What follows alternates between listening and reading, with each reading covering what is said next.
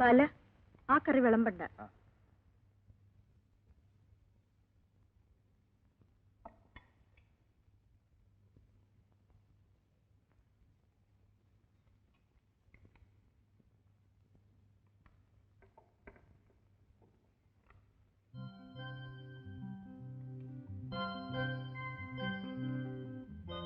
മോളെവിടെ? ഉറക്കമായി. ഇതുവരെ സാറിനെ കാത്തിരുന്നു. ഞാനല്പം താമസിച്ചു. എനിക്കൊരു അപേക്ഷയുണ്ട്. എന്താണ്? സന്ധ്യ കഴിഞ്ഞ് ഊണ് കഴിക്കാൻ ഇങ്ങോട്ട് വരരുത്.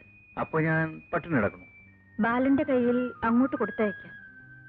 രാത്രി ഞാനിവിടെ വരുന്നത് കൊണ്ട് തുളസിക്ക് വല്ല അസൗകര്യമുണ്ട്? ഇല്ല സർ, എനിക്ക് സന്തോഷമേ ഉള്ളൂ. പക്ഷേ ആ ദാമോദരനും കൂട്ടരും അവസരം കാത്തു നടക്കുകയാണ്. സാരമില്ലെന്നേ, മഴ കാണുമ്പോ കുട നിവർക്കണമെന്നല്ലേ?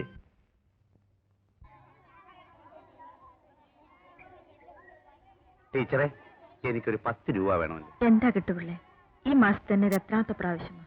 എത്ര കിട്ടിയാലും കിട്ടുപിള്ളേക്ക് തികയില്ലേ? എന്ത് ചെയ്യാനാ ടീച്ചറെ? തന്തയും തള്ളയും ഭാര്യയും മക്കളെ എല്ലാരെയും പോറ്റുന്നത് ഇവിടുന്ന് കിട്ടുന്നോണ്ടല്ലേ. ടീച്ചർക്കറിയാലോ ഇവിടുന്ന് എന്ത് കിട്ടുമെന്ന്. ഉള്ളവർക്കല്ലേ തരാൻ തോന്നുന്നു. ടീച്ചറെ, ഈ മാല എത്ര പവനാ? ഇത് 5 പവൻ, ഇത് 15 പവൻ. ഓ, ഇത്രയൊരെണ്ണം കിട്ടിയിരുന്നെങ്കിൽ കിട്ടുപിള്ള രക്ഷപ്പെട്ടു പോയത്.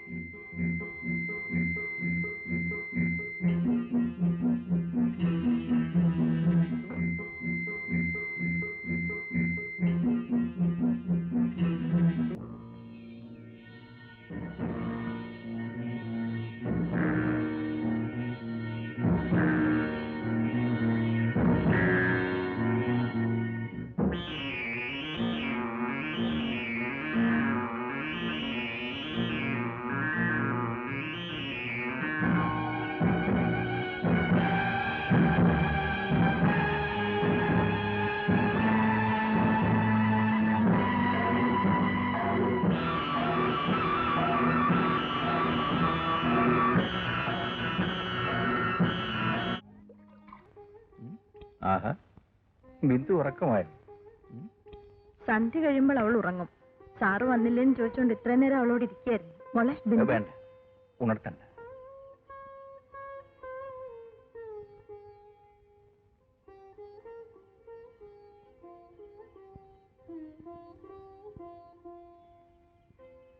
എന്താ, ചോറില്ലേ? ഉണ്ട്. എനിക്കൊരു കാര്യം പറയാനുണ്ടായിരുന്നു. പറയൂ. ഊണ് കഴിക്കാൻ മറ്റൊരു സ്ഥലം കിട്ടില്ലേ? എന്താ? ഞാൻ ചീത്തയാണ് എന്ന് നാട്ടുകാർ പറയുന്നത് സാറ് കേട്ടില്ലേ? ഒരു ചീത്ത സ്ത്രീയുടെ ഹോട്ടലിൽ നിന്ന് ഊണ് കഴിക്കാൻ ഞാൻ ഇഷ്ടപ്പെടും. സാറിന്റെ ഭാവി ഈ നാട്ടുകാരുടെ കയ്യിലല്ല. പരാതി അയക്കുന്നെന്ന് കേട്ടു. അതിലും എനിക്ക് പരാതിയില്ല. എന്താ ആലോചിക്കുന്നത്? ഒന്നുമില്ല സാർ. എന്നാൽ ചോറ് വിളമ്പൂ, എനിക്ക് വിശക്കുന്നു.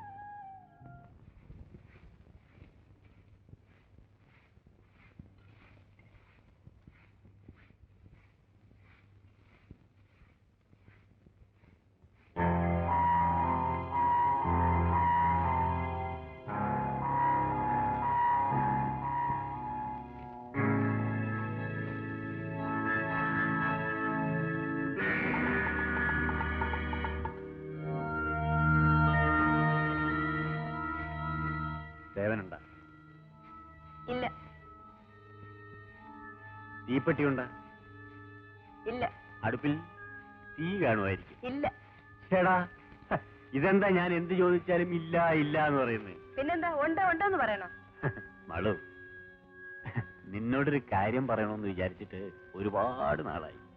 ഇങ്ങനൊരു സന്ദർഭം കിട്ടാൻ വേണ്ടി കാത്തിരിക്കുകയായിരുന്നു.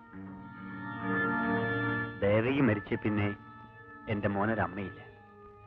എനിക്ക് മാളുവിനെ ഇഷ്ട. എന്നാലേ എനിക്കിഷ്ടമല്ല. അങ്ങനെ അങ്ങ് എടുത്തടിച്ച് പറയാതെ പെണ്ണേ, എല്ലാത്തിനും ഒരു മയമൊക്കെ വേണ്ടേ? മയപ്പെടാൻ തന്റെ വീട്ടിൽ ആരെങ്കിലും ഉണ്ടോ നോക്ക്. എടി എടി, ദാമുന്റെ കൈ ഇന്നേ ഒരു പെണ്ണും തട്ടിയിട്ടില്ല. എന്നാലേ ഇവിടുത്തെ പെണ്ണ് തട്ടും. ദാമു,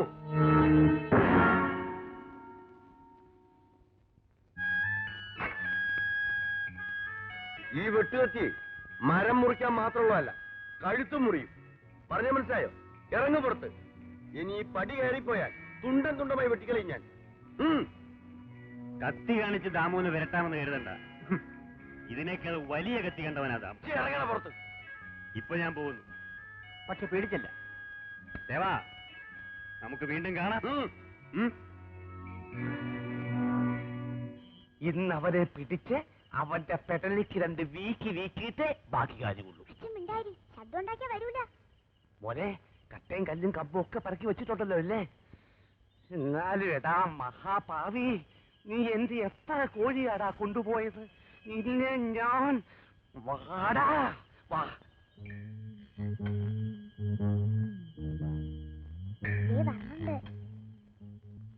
വരട്ടെ വരട്ടെ.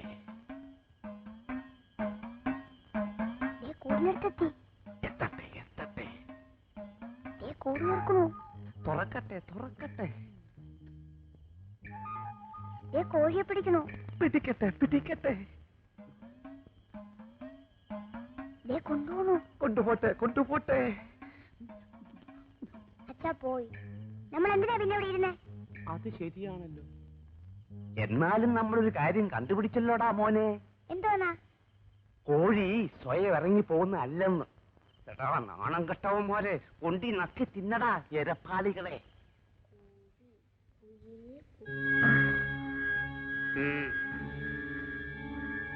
എനിക്ക് പോയില്ല കീച്ചട്ട.